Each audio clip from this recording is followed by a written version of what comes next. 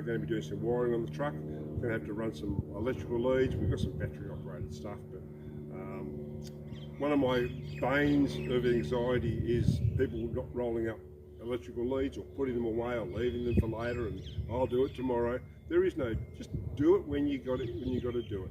If it's lying on the ground, someone's going to trip, something's going to get spilled on it, you're going to plug it in and you're going to fry something.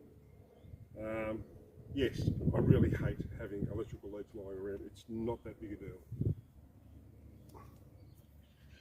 This is just like a 3-metre cord. It's really easy. Plug in your palm. Over the top. Over the top. Over the top.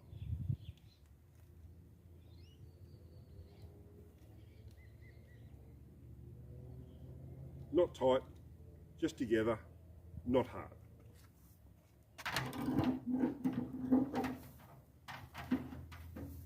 Hang it wherever you like.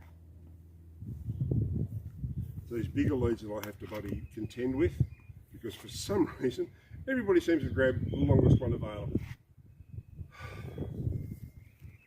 Same thing, plug in your hand. This is not a wrap around your elbow, this is a full length arm stretch back onto itself.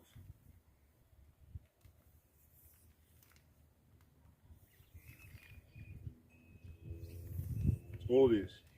Don't wrap it around your arm because it never gets fully extended again, and you decrease the radius on the bends, and that increases the possibility of bending the wires inside the actual insulation. People just say, no, it's all right, it's all right. You know, I've had some of these leads for 20 years. They all work perfectly, and there's a reason for that. It's because roll them up properly.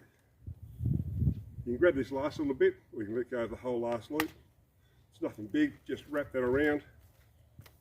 Not tight. And yes, that's probably a bit smaller than just wrapping it around your elbow, but it's not the whole lead.